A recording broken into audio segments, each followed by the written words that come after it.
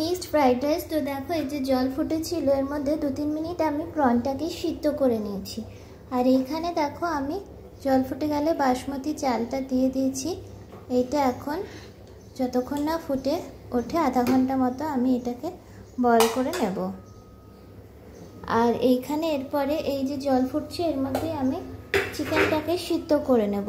আমি এরকম টেক্সচার রেস্টুরেন্টে দেখেছি, ওই জন্য আমি আজকে ফার্স্ট টাইম ট্রাই করছি যে এটাকে না ভেজে এভাবে সিদ্ধ করলে কীরকম লাগে খেতে। দেন আমি অল্প তেলে নেড়ে চেড়ে মিক্সড করে দেবো। দেখো চিকেনগুলো সিদ্ধ করে নিলে বোনগুলো খুব ইজিলি 2-1টা থাকলে ছেড়ে আসে। আর এই দেখো আর একদিকে বসিয়ে দিয়েছি আর ভাতটা প্রায় হয়ে গিয়েছে, আর একটুখানি হলে আমি এটাকে তুলে নেব। এইভাবে চিকেন আর এগুলো সিদ্ধ করে নিচ্ছি। ভাতটা আমি নামিয়ে নিয়েছি, এটা 80% মতো কুক করেছি। আর এখানে চিকেন আর চিংড়িটাও ছাড়িয়ে নিয়েছি। এগুলো বোনলেস না করে দিলেও ব্রেস্টে থেকে কেটে দিলেও তোমরা এরকম সিদ্ধ করে নিলে খুব ভালো হয়, খুব ইজিলি বোনগুলো ছেড়ে যায়। এখানে আমি গাজর আর এখানে বিনস আর ক্যাপসিকাম কুচু কুচু করে কেটে নিয়েছি। আর আমি 1 কেজি চিকেনের জন্য সবই 500 চিকেন, 500 বিনস আর হচ্ছে গাজর সবই 500 করে নিয়েছি। তোমাদের 250 হলে হয়ে যাবে 500 গ্রাম চালে। 3-4 জনের খাবার খুব সুন্দরভাবে হয়ে যায় তেল। এখন এখানে সাদা তেল গরম করে নিয়েছি। এবারে আমি গাজরগুলোকে ভেজে নেব।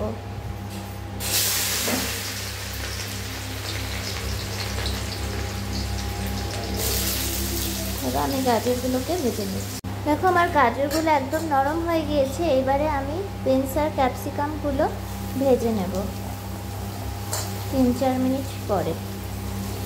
এটাও এই 3-4 মিনিট ধরে ভেজে নেব।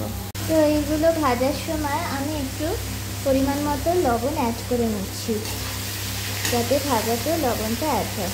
দিয়ে এটা নেড়ে চেড়ে ভেজে নিচ্ছি। তো দেখো আমার এখানে ভাজা হয়ে গেছে। এবার আমি এগুলো তেল ছেঁকে তুলে নেব যতটা পারি।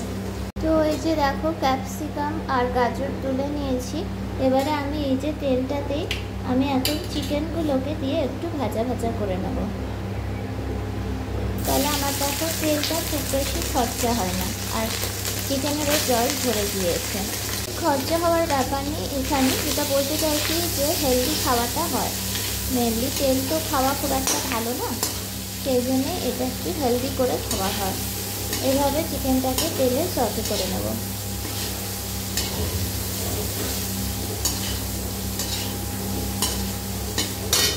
চিকেনটা ভাজতে ভাজতে আমি এইটুকু তেল বেরোলে প্রনটাও দিয়ে দিচ্ছি। এটাকেও একটু ভেজে ভাজা ভাজা করে নেব।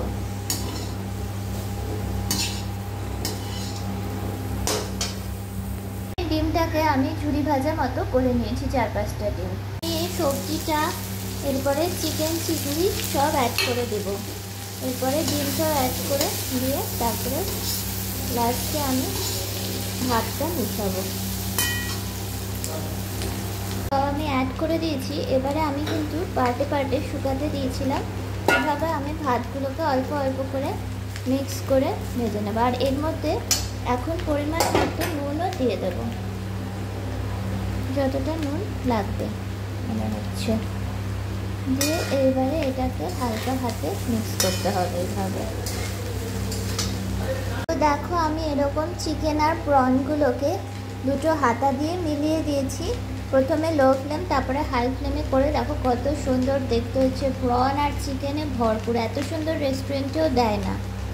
তো এটা আমার এবারে বন্ধ করে দেবো। হয়ে গেছে আমাদের fried rice. Mixed fried rice একদম তৈরি। দেখো কি সুন্দর দেখতে, আর খেতেও কিন্তু অসাধারণ হয়।